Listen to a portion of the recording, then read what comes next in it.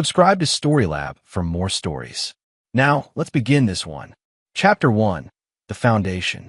Zachary McKee had always believed in building things to last. At 34, he'd transformed his small construction company into one of Denver's most respected firms, specializing in custom homes for the wealthy elite.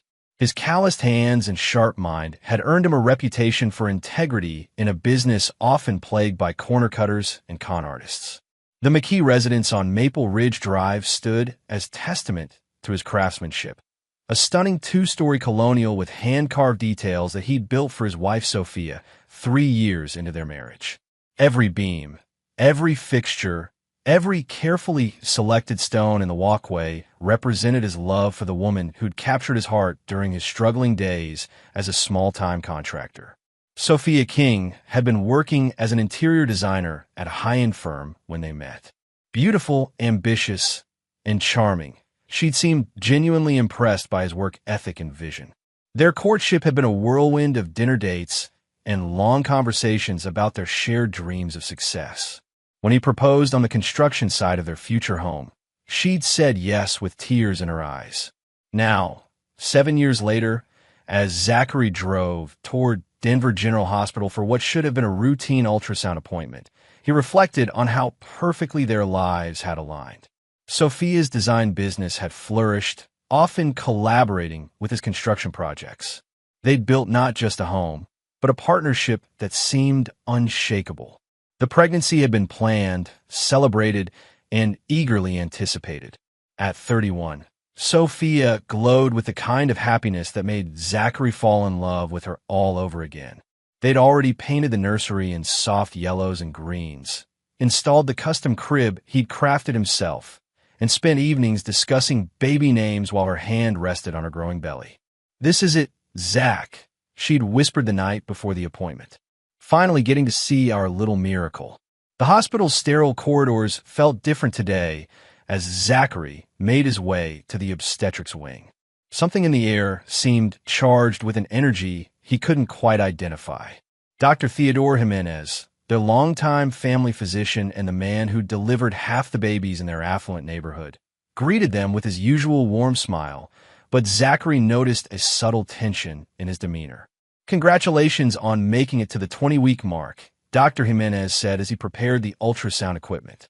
"This is when we really get to see what we're working with." Sophia lay on the examination table, her hand finding Zachary's as the cold gel was applied to her belly. The familiar sound of the ultrasound machine humming to life filled the room. For the first few minutes, everything proceeded normally. Dr. Jimenez pointed out the baby's features on the grainy black and white screen. Tiny fingers, the curve of the spine, the steady rhythm of the heartbeat. But then something changed. Dr. Jimenez's expression shifted almost imperceptibly. His movements became more deliberate, more focused. He adjusted the ultrasound probe several times, taking measurements, his brow furrowing with concentration. The easy chatter died away, replaced by the sound of clicking keys as he input data into the machine. "Is everything all right?" Sophia asked, her voice carrying the first note of concern. "Just getting some additional measurements," Dr. Jimenez replied, but his tone had become clinical, professional. The warmth had vanished. Zachary felt his wife's hand tighten in his. Something was wrong. He'd built his business on reading people, on sensing when clients weren't telling him everything. Dr. Jimenez was hiding something, and whatever it was serious. The doctor continued his examination in silence for several more minutes before finally setting down the ultrasound probe. His face had gone pale, and when he looked up at them, Zachary could see something that looked almost like pity in his eyes. "I need to step out for just a moment," Dr. Jimenez said, his voice carefully controlled. "I'll be right back." As the door closed behind him, Sophia turned to Zachary with wide, frightened eyes. "What do you think that was about?" "I'm sure it's nothing," Zachary replied, but the words fell hollow even as he spoke them. His contractor's instincts were screaming that this was definitely something big. When Dr. Jimenez returned, his demeanor was completely different. The friendly family doctor had been replaced by someone who looked like he'd aged 10 years in 10 minutes. "Mrs. McKee," "I'd like you to get dressed and wait in the reception area," he said quietly. "I need to speak with your husband privately." The request hit the room like a physical blow. Sophia's face went white, and her hand moved instinctively to her belly. "What's wrong with my baby?" "Your baby is healthy," Dr. Jimenez said carefully. "Please, just give us a few minutes." With shaking hands, Sophia gathered her things and left the room. The moment the door closed, Dr. Jimenez turned to Zachary with an expression of grim determination. "Zachary, what I'm about to tell you is going to change everything." Chapter 2. The Revelation. The examination room felt like it had shrunk to the size of a coffin. Dr. Jimenez moved to his computer screen, his fingers trembling slightly as he pulled up the ultrasound images. The silence stretched between them like a taut wire ready to snap. "Zachary," Dr. Jimenez began, his voice barely above a whisper, "I've been practicing medicine for 23 years.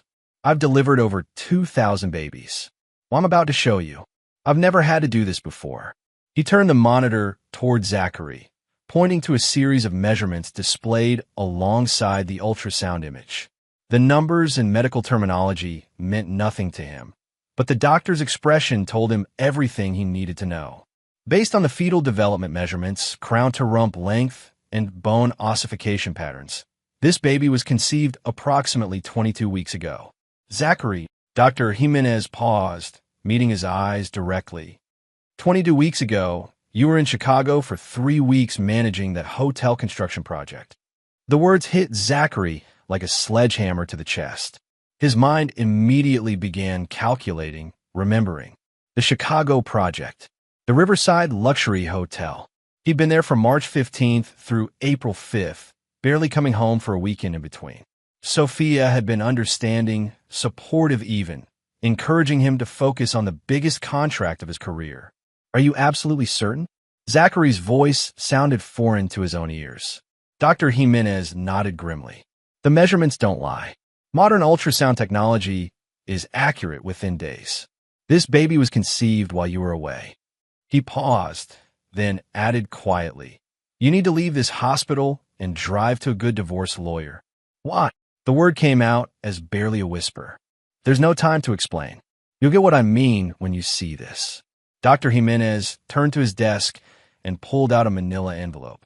"These are copies of all the ultrasound images and measurements. Everything's documented. But Zachary, there's more you need to know." The doctor's hand shook as he opened his desk drawer and retrieved what looked like a laboratory report. "Last month, Sophia came in for routine blood work. Standard pregnancy panel. But she specifically requested an STD screening, said she wanted to be extra cautious for the baby's health. When the results came back, he handed Zachary the report. She tested positive for chlamydia." The room began to spin. Zachary gripped the edge of the examination table to steady himself. "I've never had any STD. We were both tested before we got married." "I know. I have your results in your file. Clean bill of health." Dr. Jimenez's expression was a mixture of professional concern and personal anguish. "Zachary, I've known you and Sophia for 5 years. I was hoping I was wrong about the dates, that maybe the ultrasound measurements were off. But the STD results confirm it. She's been having an ongoing affair." The betrayal cut deeper than any physical pain Zachary had ever experienced. Every moment of the past few months replayed in his mind with sickening clarity. Sophia's enthusiasm about the pregnancy, her glowing happiness, her talk about their miracle baby, all of it built on a foundation of lies. "Who?" he managed to ask. "I don't know, and even if I did, I couldn't tell you. But Zachary, you need to be smart about this. Don't confront her. Don't let on that you know. Get yourself a lawyer first, then a private investigator. Document everything before she realizes you're on her." Dr. Jimenez reached into his jacket pocket and pulled out a business card. "This is Gabriel Contreras. He's a divorce attorney I've referred patients to before. He's discreet, ruthless, and he wins. Tell him I sent you, and tell him it's urgent." Zachary took the card with numb fingers.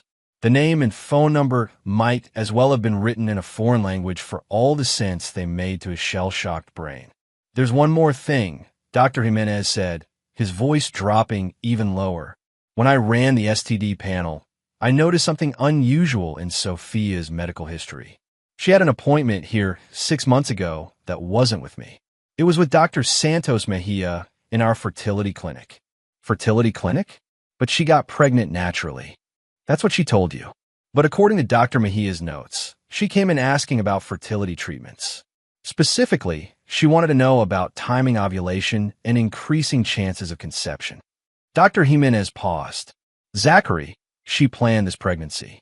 The timing wasn't coincidental. The implications hit him like a series of physical blows. This wasn't just an affair that had resulted in an unplanned pregnancy. This was deliberate, calculated. Sophia had planned to get pregnant by another man while married to him. Why are you telling me all this? Zachary asked. Aren't you violating patient confidentiality? Dr. Jimenez was quiet for a long moment, then spoke with quiet intensity. My daughter was destroyed by a cheating husband who convinced her the problems in their marriage were her fault. She ended up in therapy for 3 years. I swore I'd never stand by and watch another good person get destroyed by someone like that.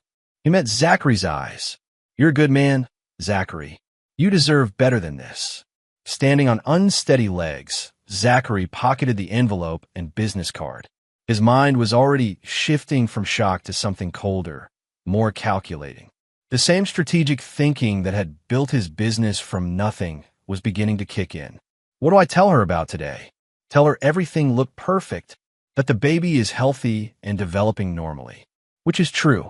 Schedule the next appointment in 4 weeks like usual. Dr. Jimenez stood as well. And Zachary, be careful. If she planned this, she's not the woman you thought you married. Walking back to the reception area felt like traversing a minefield. Sophia looked up from a parenting magazine with an anxious smile that now seemed completely artificial to him. Is everything okay? She asked, standing to take his arm. Perfect, Zachary replied, amazed at how steady his own voice sounded.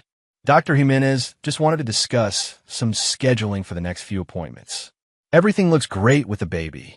The relief that flooded her face was so convincing that for a moment, Zachary almost wondered if he'd imagined the entire conversation with Dr. Jimenez. But the envelope in his jacket pocket was real. The business card was real. The measurements didn't lie.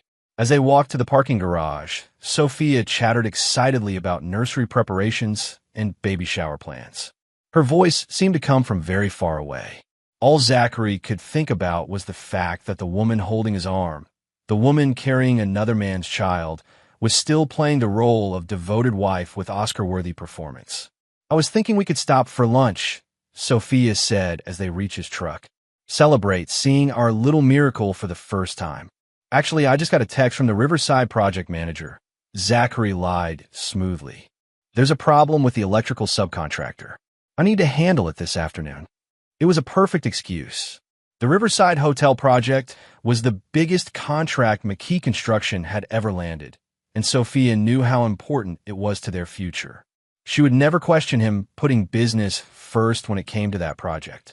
Of course, she said, though he caught a flicker of something in her expression. Disappointment or relief? I'll just head back to the office then. I have a client meeting at 3 anyway. They kissed goodbye in the parking garage, a kiss that tasted like poison now, and went their separate ways. But instead of heading to any construction site, Zachary drove straight to the offices of Gabriel Contreras, attorney at law. Chapter 3. The investigation begins. The law offices of Contreras and Associates occupied the top floor of a gleaming downtown Denver high-rise. Gabriel Contreras himself was a man who looked like he'd stepped out of a legal thriller. Sharp suit, steel gray hair, and the kind of predatory smile that suggested he ate opposing counsel for breakfast. Dr. Jimenez called ahead, Contreras said as he led Zachary into his corner office. He told me this was urgent and that you'd need our full discretion package. The office was designed to intimidate, floor-to-ceiling law books, framed diplomas from Harvard and Yale, and photographs showing Contreras shaking hand with politicians and celebrities. But what caught Zachary's attention was a wall of newspaper clippings documenting the attorney's courtroom victories. The headlines told stories of cheating spouses stripped of everything, of prenups overturned, of justice served cold. Tell me everything, Contreras said, settling behind his massive mahogany desk. Zachary laid out the entire story, from the ultrasound discovery to Dr. Jimenez's revelations about the fertility clinic and STD results. Contreras listened without interruption, occasionally making notes on a legal pad. First things first, Contreras said when Zachary finished. We need to establish a timeline and gather evidence before your wife realizes she's been exposed. The fact that she planned this pregnancy suggests she's not acting alone. Someone advised her, possibly the same someone who got her pregnant. He picked up his phone and pressed a button. Kurt, get in here. Bring the Morrow file template. A few minutes later, a younger man entered the office. Kurt Morrow was in his early 30s, with the lean build and alert eyes of someone who'd spent years in law enforcement.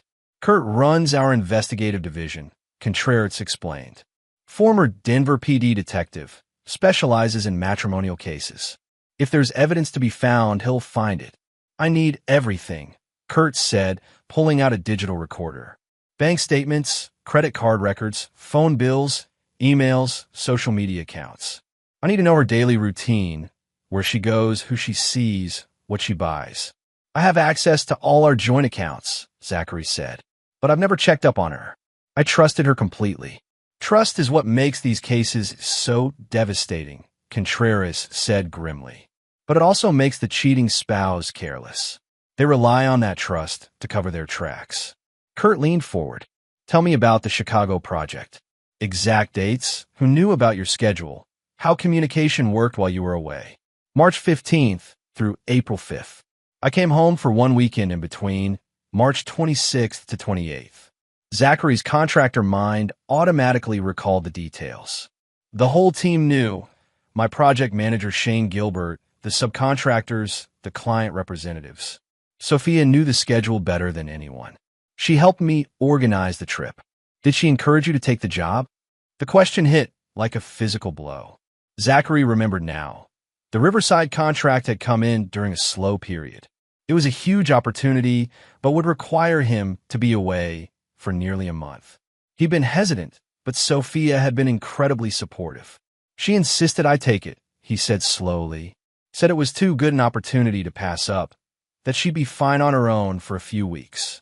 Kurt and Contreras exchanged a meaningful look. We're going to work backward from the conception date, Kurt explained. 22 weeks ago puts us at the end of March. If she planned this, there will be digital breadcrumbs. Phone calls, text messages, hotel receipts, restaurant charges. People having affairs think they're being clever, but they always leave evidence. What about the fertility clinic appointment? Zachary asked. That's our smoking gun, Contreras said.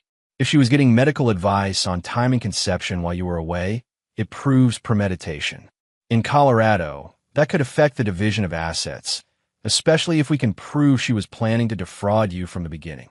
Kurt pulled out a laptop and opened what looked like an investigation template. I need to know about her routine. Where does she work? Who are her friends? What does she do during the day? She runs her own interior design firm, Sophia King Designs. She kept her maiden name for business. The office is downtown in the Arts District. Her assistant is Holly Taylor. She's worked there for about 2 years. Friends. Her college roommate and Barry lives in Boulder. They have lunch once a month. There's also Candace Palmer. She's married to one of my subcontractors, Daryl Palmer. The four of us socialize sometimes. Anyone else?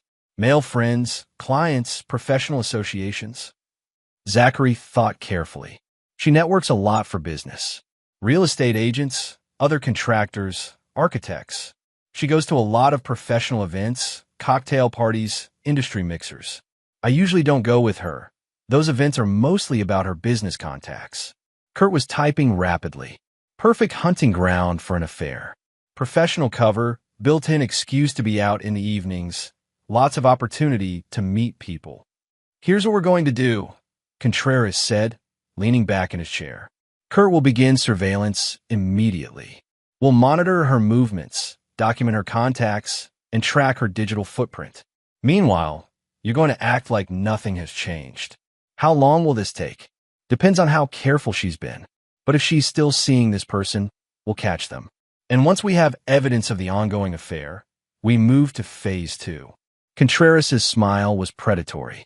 Colorado is an equitable distribution state, but adultery can still affect the settlement, especially if we can prove she was planning to defraud you. Kurt closed his laptop. I'll need access to your home Wi-Fi network, copies of any keys I might need for surveillance purposes, and a detailed floor plan of your house. Also, do you have any security cameras? Full security system, Zachary replied. Cameras inside and out, motion sensors, the works. I installed it myself when we built the house. Perfect. I'll need the access codes and remote viewing capabilities. Most cheating spouses get careless at home, thinking they're safe. As they worked through the technical details, Zachary felt a strange sense of calm descending over him. The initial shock was wearing off, replaced by the methodical mindset that had made him successful in business. This was just another project that needed to be managed, another problem that required strategic solution. One more thing, Contreras said as they wrapped up. We need to discuss your goals. Some clients want a quick, clean divorce. Others want justice. Others want revenge. What do you want, Zachary? The question hung in the air for a long moment. Zachary thought about 7 years of marriage, about the home he'd built with his own hands, about the nights he'd worked late to provide for their future while she was apparently planning to destroy it. I want the truth, he said finally. All of it. And then I want justice. She planned this. She lied to me. She's carrying another man's child and was going to let me believe it was mine. I want everyone involved to pay for what they've done. Contreras's smile was sharp as a blade. Then we understand each other perfectly. As Zachary left the law office, he felt like he was stepping into a new world. One where the rules were different, where trust was a liability, and where the woman he'd loved was the enemy. But he wasn't the same man who'd walked into Dr. Jimenez's office that morning. That man had been naive, trusting, vulnerable. This man was something else entirely. His phone buzzed with a text from Sophia. Hope the work emergency went okay. Dinner at 7? I'm making your favorite. He stared at the message for a long moment, then typed back. Sounds perfect. Can't wait to hear about your day. The game had begun. Chapter 4. The hunter becomes the hunted. 3 days into the investigation, Zachary had become a master of deception. Every morning he kissed Sophia goodbye with the same affection he'd always shown, asked about her day with genuine interest, and made love to her with passion that surprised even him. The anger burning in his chest had crystallized into something cold and calculating, but outwardly he remained the devoted husband she expected. Meanwhile, Kurt Morrow was earning every dollar of his considerable fee. Your wife is good, Kurt admitted during their second meeting at a coffee shop across town from Zachary's office. Very good. She varies her routes, checks for tails, and uses her phone carefully. But everyone makes mistakes. He slid a manila folder across the table. Inside were surveillance photos. Sophia entering an upscale restaurant. Sophia at what appeared to be a business meeting. Sophia shopping at high-end boutiques during what should have been work hours. She's definitely hiding something, Kurt continued. Yesterday, she told her assistant she had a client meeting in Golden. Instead, she drove to Cherry Creek and spent 2 hours at Nordstrom, paying cash for a very expensive lingerie set. Zachary studied the photo of his wife emerging from the department store, shopping bag in hand, a satisfied smile on her face. She hasn't worn lingerie like that for me in months. Gets better. After the shopping trip, she went to a high-end salon. Full spa treatment, hair, nails, waxing. The works. Again, paid cash. The evidence was circumstantial, but damning. Sophia was preparing for someone, and it wasn't her husband. I've also been analyzing your joint accounts, Kurt said, pulling out a stack of bank statements covered in yellow highlighting. Look at this pattern. The highlighted entries showed a series of cash withdrawals over the past 6 months. Never large enough to attract attention individually, but totaling several $1,000s when combined. She's been building a cash reserve, Kurt explained. Smart move for someone planning to hide expenses. But here's where she made her first real mistake. He pointed to a credit card charge from 3 weeks earlier. Riverside Hotel and Casino. The same hotel where your company did that construction project.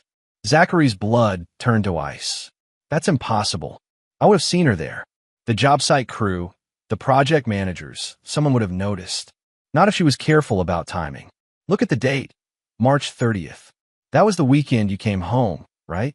You left Chicago on Friday afternoon, came back Sunday evening. Yes, but Zachary stopped. He remembered that weekend now. Sophia had planned a romantic evening for his return, dinner at their favorite restaurant, a night at home reconnecting. He'd been exhausted from the Chicago work, grateful to be home, completely focused on spending time with his wife. She charged room service to her credit card on Saturday afternoon, Kurt continued. While you were home with her, the betrayal cut even deeper. While he'd been in Chicago, working himself into exhaustion to secure their financial future, Sophia had been conducting her affair at the very hotel he was building. The symbolism was nauseating. Who was she meeting? Still working on that. But I have a theory. Kurt pulled out another photo. This one showing Sophia in what appeared to be intimate conversation with a man at an outdoor cafe. The image was taken from a distance, the man's face partially obscured by shadows. This was taken yesterday. They met for lunch at a place downtown, very discreet. He's been careful to avoid security cameras, but I got this one shot. Zachary studied the image. The man was well-dressed, professional-looking, roughly his own age. Something about the posture, the way he leaned towards Sophia, suggested this wasn't a business meeting. I'm going to need more than surveillance to identify him, Kurt admitted. But I have an idea. Your wife's phone records show regular calls to a number registered under the name James Sellers. Want to guess what Mr. Sellers does for a living? The name meant nothing to Zachary, but Kurt's expression suggested it should. He's a real estate developer, specializes in high-end commercial projects. And here's the interesting part. His company, Sellers Development Group, has been bidding against McKee Construction on several major contracts over the past year. The revelation hit Zachary like a physical blow. This wasn't just about sex or even love. This was business. This was someone who had a professional interest in destroying him. How many contracts? He asked, his voice barely controlled. For that I can't confirm, including the Riverside Hotel project. Sellers Development was the other finalist. They lost the bid to you by less than $50,000. Zachary remembered now. The Riverside bidding process had been brutal, with multiple rounds of negotiations and revised proposals. McKee Construction had won by offering a slightly lower price and a more aggressive timeline. He'd celebrated the victory as the breakthrough that would establish his company among Denver's elite contractors. You think this is about business? I think this started as business and became personal, Kurt replied. James Sellers has been losing contracts to you for over a year. Your wife had access to your bids, your strategies, your client relationships. If she was feeding him information, the implications were staggering. Every bid proposal Zachary had worked on at home, every client conversation Sophia might have overheard, every strategic decision they discussed over dinner, all of it could have been passed along to his competitor. There's more, Kurt said grimly. I pulled the corporate records for Sellers Development Group. Guess who's listed as their interior design consultant? Zachary didn't need to guess. The betrayal was now complete, professional, personal, and financial. She's been working for him, he said quietly, for 8 months. Officially hired as a consultant on their luxury residential projects. Unofficially, Kurt shrugged. Well, you know what she's been doing unofficially. They sat in silence for several minutes while Zachary processed the full scope of what had been done to him. This wasn't a simple affair or even a planned pregnancy fraud. This was a coordinated assault on every aspect of his life, orchestrated by a business rival and enabled by the woman he trusted most. I want to see him, Zachary said finally. Bad idea. If they realize you're onto them. I'm not going to confront him. I just want to see the man who's been destroying my life. Kurt studied him for a long moment, then nodded. Sellers Development Group has offices in the Republic Plaza building. James Sellers drives a black BMW 750i, license plate JS 7777. Very subtle guy. What about surveillance of him? Already in progress. But Zachary, if we're going to nail these two, we need to be smart about it. Your wife has been playing this game for months, maybe longer. She's had time to prepare, to cover her tracks, to plan her next moves. If we tip our hand too early, she could disappear with half your assets and leave you with nothing but a cheating spouse and a ruined business reputation. Kurt was right, but the anger burning in Zachary's chest demanded action. He'd built his business on decisive action, on taking control of situations and forcing them to resolution. Sitting back and gathering evidence while his wife continued her betrayal felt like cowardice. How long before we have enough evidence? Another week, maybe two. I need to catch them together, get photos that definitively prove the affair. I need bank records that show the financial fraud. And I need to understand the full scope of what they've been planning. What do you mean? Kurt's expression was grim. Think about it, Zachary. She planned to get pregnant by another man while you were away on his rival's former project. She's been feeding him business intelligence to help him compete against you. She's been building a cash reserve and making expensive personal purchases. This isn't just about having an affair. This is about setting up for something bigger. The coffee shop suddenly felt too small, too warm. Zachary could feel walls closing in around him, the careful life he'd built being systematically dismantled by people who were supposed to be on his side. What kind of something bigger? I think they're planning to destroy your business and your marriage simultaneously. Drive you into financial ruin while she divorces you and takes half of what's left. Meanwhile, Sellers eliminates his primary competition and gets the girl. Zachary's hands clenched into fists on the table. Then we stop them. We will, Kurt assured him. But we do it right. We gather everything we need to bury them both, legally and financially. And when we're ready, we don't just stop them. We destroy them so completely they never recover. As they parted ways, Zachary felt a cold clarity settling over him. For months, he'd been playing defense without even knowing there was a game. Now it was time to go on offense. That evening, Sophia greeted him with her usual smile and a kiss that tasted like betrayal. "How was your day?" she asked, the same question she'd asked 1,000 times before. "Productive," Zachary replied, meaning it more than she could possibly know. Very productive indeed. Chapter 5. The Web Unravels. The breakthrough came on a Thursday afternoon when Zachary was reviewing construction schedules in his office. His project manager, Shane Gilbert, knocked on the door with an expression that immediately put him on alert. "Boss, we need to talk," Shane said, closing the door behind him. "It's about the Morrison project." The Morrison project was a luxury residential development that McKee Construction had been pursuing for 3 months. It would be their biggest residential contract ever, worth nearly $2 million in revenue over 18 months. What about it? Shane sat down heavily in the chair across from Zachary's desk. "I just got word from my contact at Morrison Development. We didn't get it." "What?" "Our bid was competitive, our timeline was aggressive, and we had the best references." "Who got it?" Shane's expression was grim. "Sellers Development Group. And here's the thing, boss. Their bid was almost identical to ours. Same materials, same timeline, same subcontractors. The only difference was they came in $15,000 lower." The room seemed to tilt around Zachary. $15,000 was exactly the profit margin cushion he'd built into the Morrison bid. If someone knew their exact numbers. "How is that possible?" he asked, though he already knew the answer. "I've been thinking about that all morning," Shane continued. "Remember the Richards project last month? Same thing happened. We lost to Sellers by a tiny margin, and their proposal was almost identical to ours.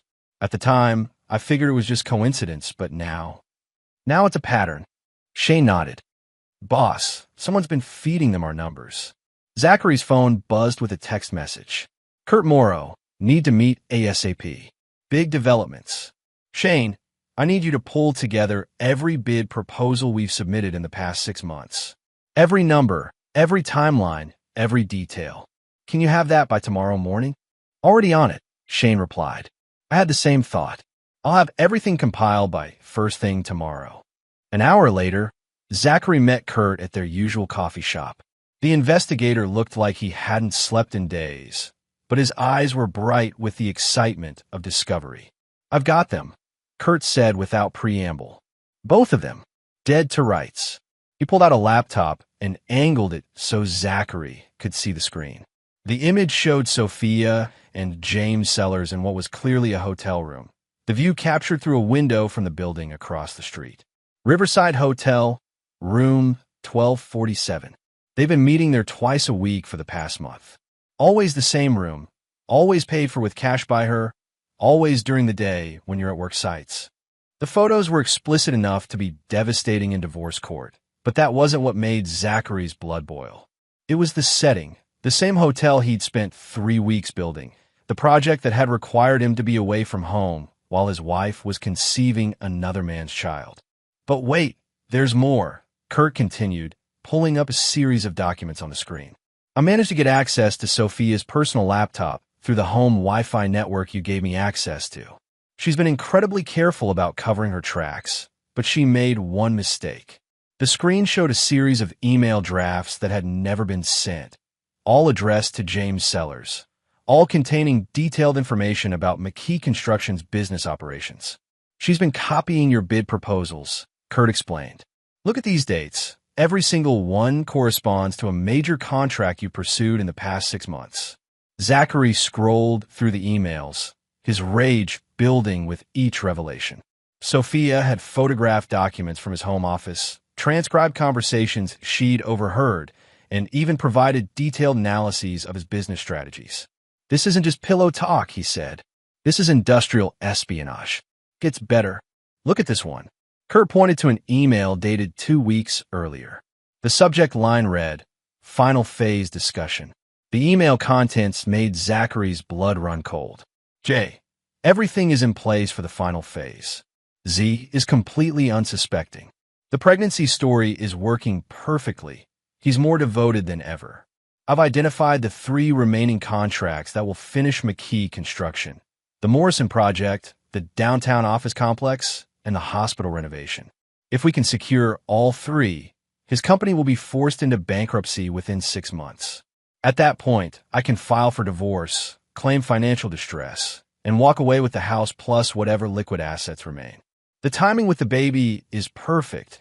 I'll be far enough along that he won't question paternity, but not so far that it complicates the divorce proceedings. We'll be free to start our new life together, and Sellers Development will dominate the Denver market without McKee as competition. The clinical, calculating tone of the email was somehow worse than the explicit photos. This wasn't passion or even greed. This was methodical destruction, planned and executed with surgical precision. She's been playing a long game, Kurt said quietly.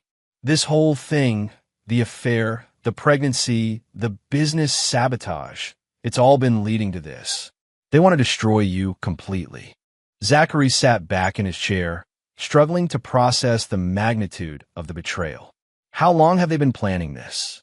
Based on the email timestamps, at least 10 months, possibly longer. Kurt pulled up another document, and there's evidence they've been planning the pregnancy specifically. Look at this. The screen showed a fertility tracking app on Sophia's phone, with detailed ovulation predictions and conception windows. The data clearly showed she'd been tracking her cycle to maximize the chances of getting pregnant during the exact period Zachary would be in Chicago. She planned everything, Zachary said, his voice hollow. The Chicago project, the timing, the pregnancy. All of it. There's more evidence on her phone.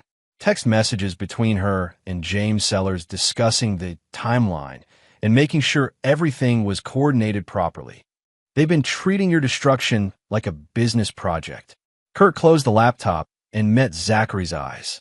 The question is, what do you want to do about it? For a long moment, Zachary sat in silence, absorbing the full scope of what had been done to him. Then, slowly, the same strategic thinking that had built his business began to take over.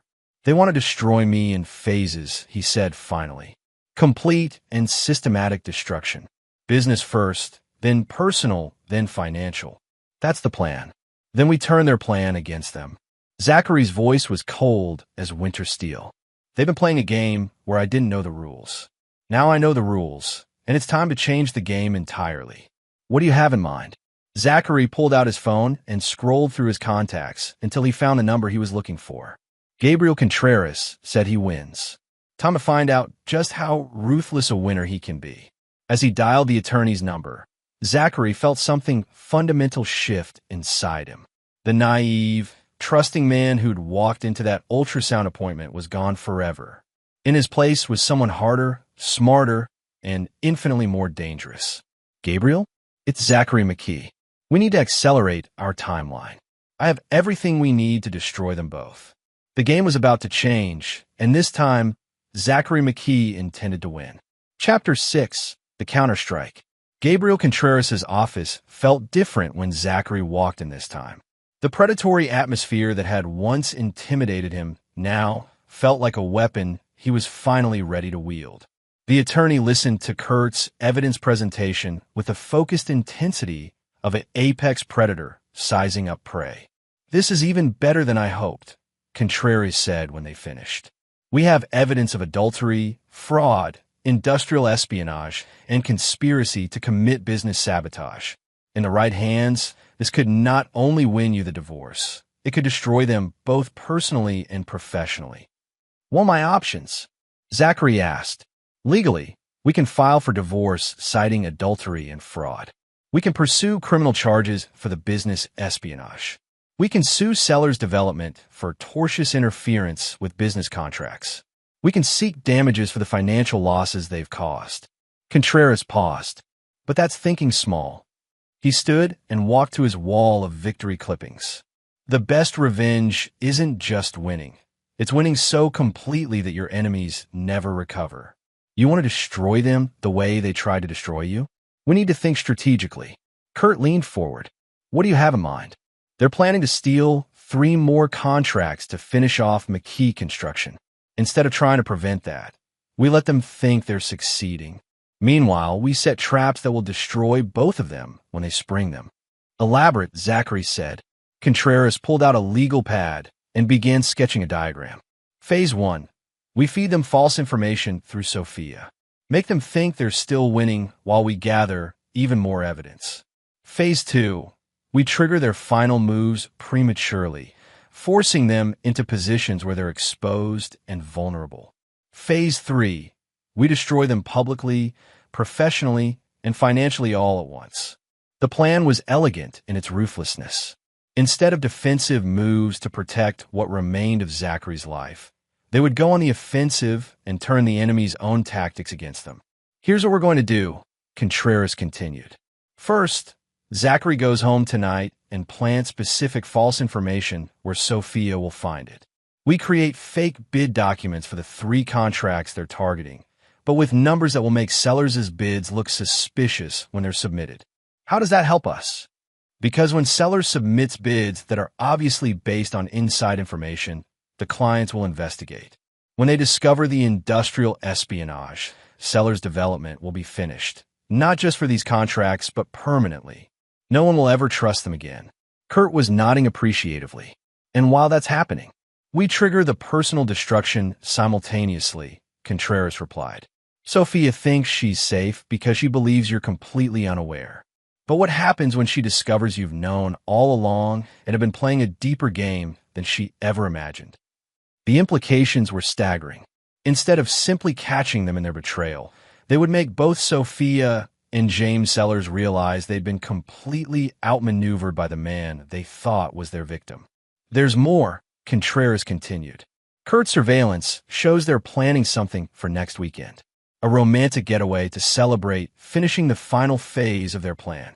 We're going to let them go on that trip, and we're going to make sure it's the most expensive weekend of their lives." Over the next 2 hours, they refined every detail of the counterstrike. Zachary would plant false bid information that evening. Kurt would coordinate with law enforcement to ensure the criminal charges would be filed at exactly the right moment. Contreras would prepare civil suits that would be served simultaneously to both Sophia and James Sellers. "The key is coordination," Contreras emphasized. "We want everything to hit them at once: criminal charges, civil suits, professional destruction, and personal humiliation. By the time we're finished, neither of them will have anything left." "What about the pregnancy?" Zachary asked. Contreras' smile was razor-sharp. "Colorado law is very clear about paternity fraud. If Sophia has been deceiving you about the father of her child, that's grounds for voiding any financial obligations and claiming damages for emotional distress. Plus, Dr. Jimenez's medical evidence proves premeditation, which turns this from a simple affair into conspiracy to commit fraud. As they finalized the details, Zachary felt a cold satisfaction settling over him. For months, he'd been the victim in a game he didn't even know he was playing. Now he was about to become the player who controlled the entire board. One more thing, he said as they prepared to leave. I want them to understand exactly how completely they were outmaneuvered. When this is over, I want them to know they never had a chance. Leave that to me, Contreras replied. Humiliation is an art form, and I'm a master artist. That evening, Zachary returned home with a leather portfolio containing fake bid documents for the 3 contracts Sophia and James were targeting. The numbers were carefully crafted to be believable but slightly off, enough to make any resulting bids from sellers' development obviously suspicious. Sophia greeted him with her usual kiss and smile, completely unaware that her husband had just armed himself with weapons designed to destroy her. "How was your day?" she asked, the question that had become a bitter joke between them. "Very productive," Zachary replied, setting the portfolio prominently on his home office desk. "I think we're about to win some very important contracts." After dinner, while Sophia was in the shower, Zachary made a show of reviewing the fake documents at the kitchen table, exactly where he knew she would see them when she came downstairs. He even left the portfolio open and excused himself to take a phone call, giving her perfect opportunity to photograph the contents. Later that night, as Sophia slept beside him, Zachary stared at the ceiling and marveled at how easy deception became once you understood the rules. For months, she'd been playing him like a naive child. Now he was playing her like a master chess player moving pieces toward checkmate. His phone buzzed with a text from Kurt. She took the bait. Photos uploaded to James Sellers within an hour of you leaving them out. Phase 1 was complete. Phase 2 would begin in the morning. As Zachary drifted off to sleep, he found himself actually smiling for the first time in days. Tomorrow would be the beginning of the end for Sophia King McKee and James Sellers. And they would never see it coming. Chapter 7. The Trap Springs. Friday morning arrived with the kind of crisp autumn air that made Denver famous, but Zachary barely noticed the weather. He was too focused on the intricate timing of the day's events. Every phone call, every meeting, every seemingly casual conversation had been choreographed to maximum effect. At 9 a.m. sharp, Shane Gilbert walked into his office with a folder containing the real bid documents for the Morrison development project. The legitimate numbers that would actually be submitted, not the false information Sophia had already stolen. "Boss, I've got to ask," Shane said as he set the papers on Zachary's desk. "These numbers are way different from what you had me prepare yesterday. What's going on?" "Insurance policy," Zachary replied cryptically. "Sometimes you have to let people think they're winning to find out who's really playing against you." Shane looked confused, but didn't press the issue. He'd worked for Zachary long enough to trust his boss's strategic thinking, even when he didn't understand it. At 10:15, Zachary's phone rang with the call he'd been expecting. "Mr. McKee, this is Edmund Reyes from Morrison Development. We need to discuss your bid proposal immediately." "Of course. Is there a problem?"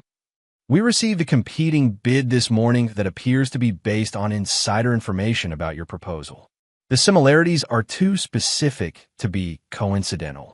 We need to meet with you and our attorneys this afternoon to discuss this situation." Zachary managed to sound appropriately shocked and concerned. "That's very serious. Of course, I'll make myself available whenever you need me. 2 o'clock at our offices. And Mr. McKee, bring your attorney. This could have significant legal ramifications for everyone involved." As Zachary hung up the phone, he felt a surge of dark satisfaction. James Sellers had walked directly into the trap, submitting a bid based on the false information Sophia had stolen.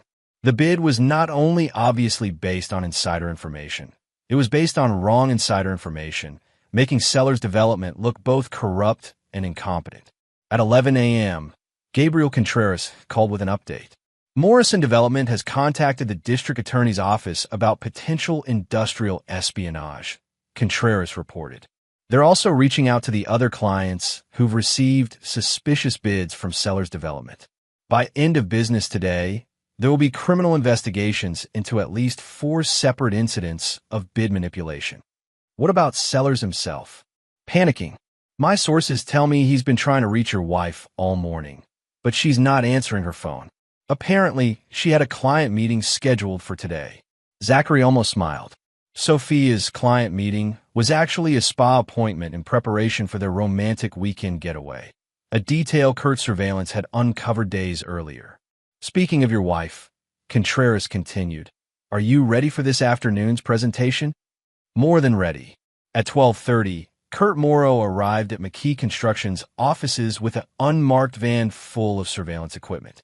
What they were about to do was technically legal, but it required perfect timing and coordination.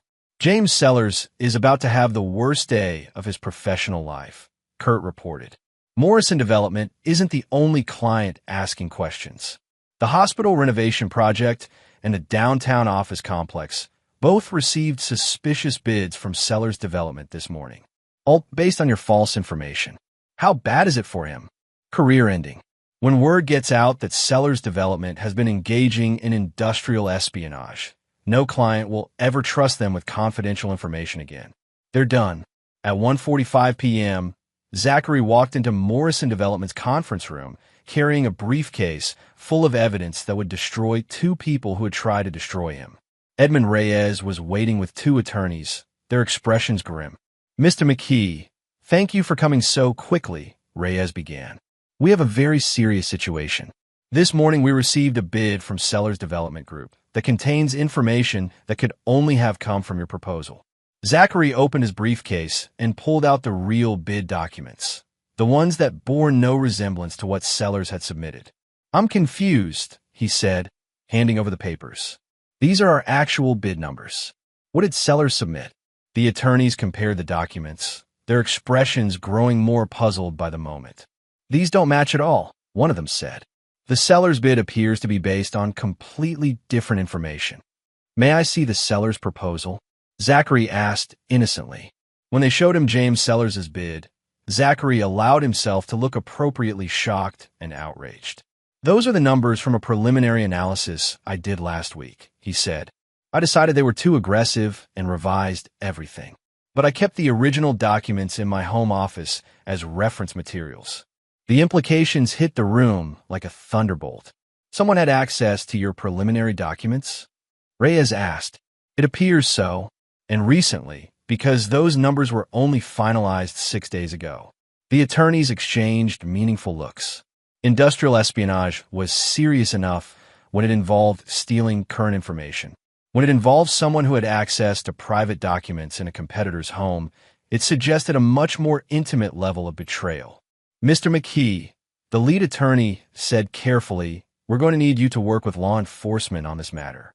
This appears to be a criminal conspiracy that goes far beyond simple business competition. At 3:15 p.m., while Zachary was giving his statement to detectives at Morrison Development, Kurt Morrow was positioned outside Sellers Development Group's offices, waiting for the confrontation he knew was coming. At 3:22 p.m., James Sellers received simultaneous phone calls from Morrison Development, the hospital renovation client, and the downtown office complex project manager. All 3 calls delivered the same message. His bids were being rejected due to suspected industrial espionage, and criminal charges were being considered. At 3:25 p.m., James Sellers called Sophia's phone 17 times in succession. She didn't answer any of them. At 3:30 p.m., 2 detectives from the Denver Police Department's white-collar crime division arrived at Sellers Development Group to begin their investigation. At 3:45 p.m., James Sellers realized his entire world was collapsing and he couldn't reach his co-conspirator. At 4 p.m., Zachary McKee walked out of Morrison Development with a contract worth $2 million and the satisfaction of watching his enemies destroy themselves with their own weapons. The first phase of his revenge was complete. Now it was time for the personal reckoning. Chapter 8, The Reckoning. Saturday morning arrived gray and overcast, perfectly matching Zachary's mood as he prepared for the final act of his carefully orchestrated revenge. Sophia was in the bathroom, humming happily as she packed her toiletries for what she believed would be a romantic weekend with James Sellers. She had no idea that her lover was currently meeting with criminal defense attorneys, trying to avoid prison time for industrial espionage. "I should be back Sunday evening," Sophia called from the bedroom. "And Barry invited me to a spa weekend in Vail. You know how she gets when she's stressed about work." The lie came so easily to her that Zachary almost admired the performance. If he hadn't known better, he might have actually believed his wife was going to spend the weekend with her college roommate instead of the man who'd been systematically destroying their marriage and his business. "That sounds relaxing," Zachary replied, his voice carefully neutral. "You deserve some time to unwind." What Sophia didn't know was that Barry was currently in California visiting her sister, a fact Kurt Morrow had verified yesterday. What she also didn't know was that the Riverside Hotel had no reservation under James Sellers' name for this weekend, because James Sellers was too busy trying to avoid criminal prosecution to plan romantic getaways. At 10 a.m., Sophia kissed him goodbye with what she probably thought was convincing affection and drove away in her BMW, luggage packed for a weekend that would end very differently than she expected. At 10:15, Kurt Morrow sent Zachary a text. "Bird has left the nest. Phase 2 is go." At 10:30, Zachary drove to Gabriel Contreras' office for the final coordination meeting. "Everything's in position," Contreras reported as they reviewed the day's timeline. "James Sellers spent yesterday afternoon in damage control mode, but there's no controlling this kind of damage. Word has already spread through Denver's development community. He's finished. What about the criminal charges? The DA's office is taking this very seriously. Industrial espionage involving multiple victims over an extended period of time. They're looking at felony charges, which means potential prison time. Sellers is going to be far too busy saving his own skin to worry about weekend getaways." Contreras pulled out a thick manila folder. "Civil suits are ready to file Monday morning. We're going after both of them for fraud, conspiracy, intentional infliction of emotional distress, and tortious interference with business contracts. The financial damages alone will bankrupt them both. And the divorce? With the evidence we have, Sophia won't get a penny. Adultery, fraud, and conspiracy to destroy the marriage for financial gain. Under Colorado law, she's forfeited any claim to marital assets. In fact, we're going to seek damages from her for the losses she caused to your business." At 11 a.m., Zachary received the call he'd been waiting for. "Mr. McKee?" The voice was shaky, desperate. "This is James Sellers. We need to talk." "About what?" About the situation with the bids. There's been a misunderstanding. I think we can work something out." Zachary almost smiled. The man who'd been orchestrating his destruction for months was now begging for mercy. "I'm not sure what you mean, Mr. Sellers. Are you referring to your company's apparent theft of proprietary information from my business?" "It's not what it looks like. I can explain everything. Can we meet?" "I'm afraid that wouldn't be appropriate. You should probably discuss this matter with your attorney." There was a long pause, then, "She won't answer her phone." "Sophia won't answer her phone. I'm sure my wife is busy with her own affairs," Zachary replied, allowing a slight edge to creep into his voice. "Perhaps you should focus on your own problems." He hung up before Sellers could respond. At noon, while Sophia was presumably driving toward a romantic weekend, unaware that her lover was in legal freefall, Zachary sat down at his computer and began typing a letter that would end 7 years of marriage and expose a conspiracy that had nearly destroyed his life. "Dear Sophia, by the time you read this, your weekend plans will have taken an unexpected turn. James Sellers will not be meeting you at the Riverside Hotel because James Sellers is currently under criminal investigation for industrial espionage, fraud, and conspiracy. The Denver Police Department is very interested in his business practices, particularly his access to confidential information belonging to McKee Construction. I've known about your affair for 2 weeks. I've known about the pregnancy fraud for 2 weeks.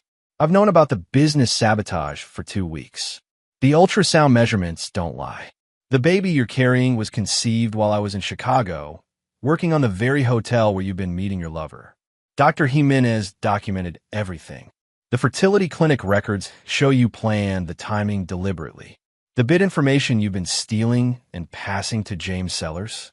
For the past week, You've been feeding him false numbers designed to make his proposals look both corrupt and incompetent.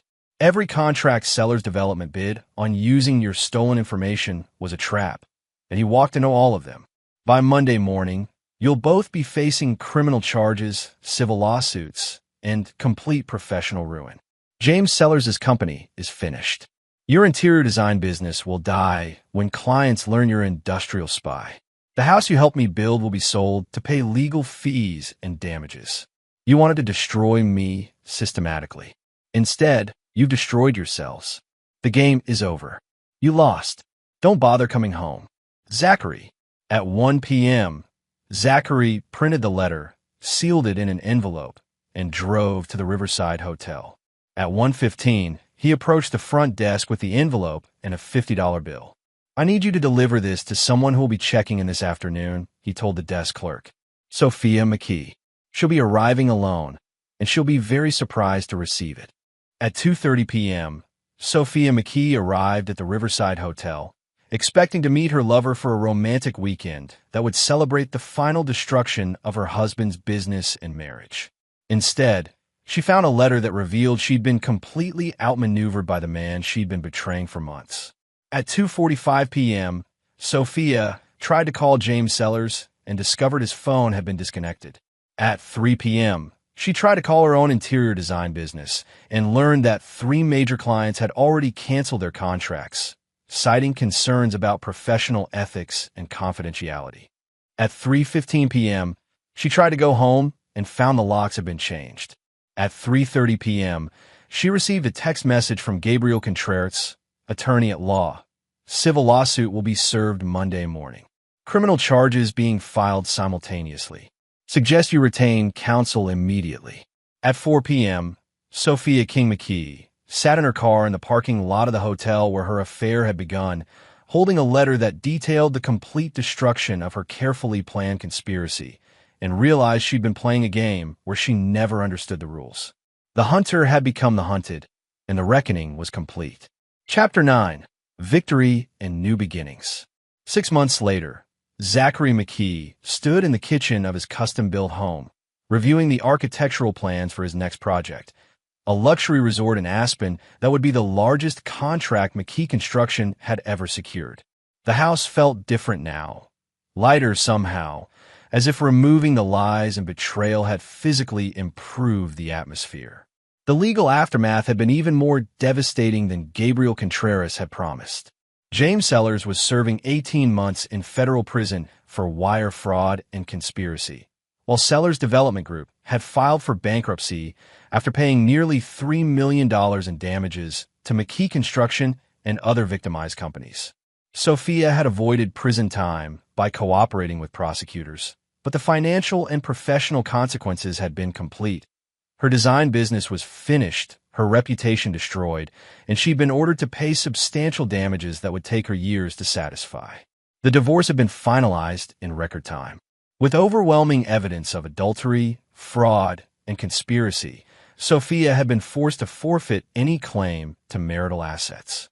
She'd left Denver entirely, reportedly working as a retail clerk in a small town in Nebraska, using her maiden name and trying to rebuild a life from nothing. The baby, James Sellers' son, had been born healthy, and Zachary felt no animosity toward the innocent child. He'd even ensured that child support would be paid directly from Sellers' remaining assets, not wanting an innocent victim to suffer for his parents' crimes. But perhaps the most satisfying outcome had been professional. Word of how Zachary had outmaneuvered his enemies had spread through Denver's construction community like wildfire. Far from damaging his reputation, the revelation of how completely he'd controlled the situation had enhanced it. Clients now saw him as not just skilled at construction, but strategically brilliant, a man who could handle any crisis with intelligence and precision. "Impressive work," said a familiar voice from the doorway. Zachary looked up to find Dr. Theodore Jimenez standing in his kitchen, holding a bottle of champagne and wearing a genuine smile. "I thought you might want to celebrate," the doctor continued.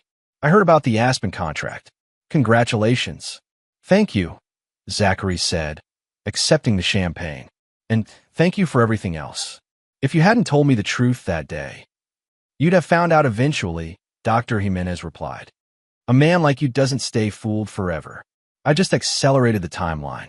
They opened the champagne and stood in comfortable silence for a moment, looking out at the Denver skyline through the kitchen's large windows. Any regrets? Dr. Jimenez asked eventually. Zachary considered the question carefully. About exposing them? None at all. They chose to play a game where the stakes were my entire life. I just made sure I won. What about the marriage? 7 years is a long time.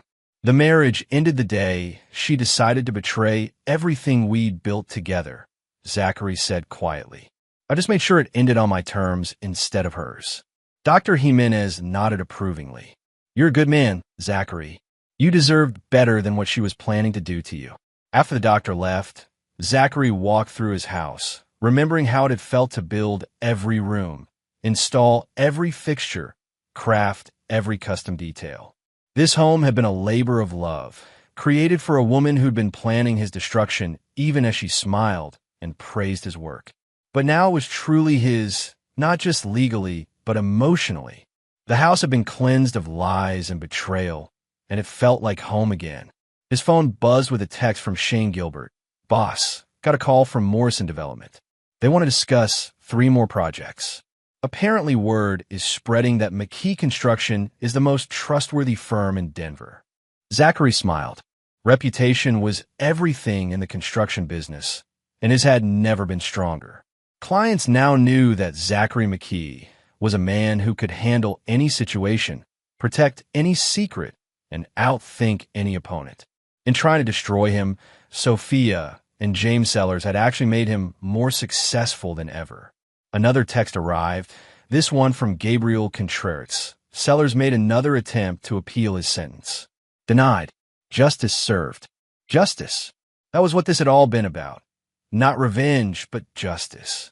Sophia and James Sellers had chosen to attack an innocent man's life, marriage, and business through deception and betrayal.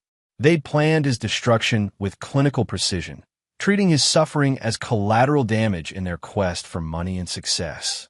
Instead, they discovered that some people couldn't be destroyed so easily. Some people fought back with intelligence, preparation, and ruthless efficiency. Some people turned their enemies' own weapons against them and won completely. As the sun set over Denver, Zachary McKee raised a glass of champagne to his own reflection in the kitchen window. To justice served, he said quietly, and to new beginnings. Tomorrow would bring new challenges, new projects, new opportunities to build something lasting and meaningful. The future stretched ahead of him, bright with possibility and freed from the weight of lies. He'd survived the ultimate betrayal and emerged stronger, smarter, and more successful than ever before. Sophia and James Sellers had tried to destroy him systematically, professionally, and personally. Instead, they'd forged him into something unbreakable. The game was over, and Zachary McKee had won everything that mattered. Epilogue. 1 year later, Zachary received an unexpected visitor at his construction office. And Barry, Sophia's former college roommate, sat nervously in the waiting area, clutching a small wrapped package.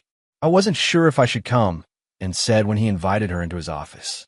But I thought you should have this. She handed him the package, which contained a photo album, pictures of him and Sophia from their early years together, before the lies began. On the first page was a note in Sophia's handwriting. These were real. Whatever else happened, these moments were real. I'm sorry for who I became. You deserve the truth from the beginning. S. Zachary flipped through the photos. Their first date, the day he proposed, their wedding, early anniversaries when they'd both been genuinely happy. For a moment, he felt a flicker of something that might have been sadness for the woman Sophia had been before she chose betrayal. Then he closed the album and handed it back to Anne. Keep it, he said quietly.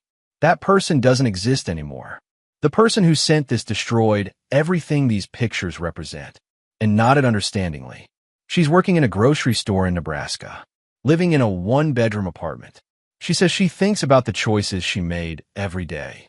Good, Zachary replied without malice. Consequences are important. They teach us the difference between right and wrong. After and left, Zachary returned to his work. Outside his window, a new McKee construction project was rising toward the sky, a symbol of resilience, intelligence, and the unshakable foundation he'd built from the ashes of betrayal. Some games are worth winning. Some victories are worth everything they cost. And some people discover they're far stronger than anyone, including themselves, ever imagined. This is where our story comes to an end. Share your thoughts in the comments section. Thanks for your precious time. If you enjoyed this story, then please make sure you subscribe to this channel. That would help me a lot. Click on the video you see on the screen, and I will see you there.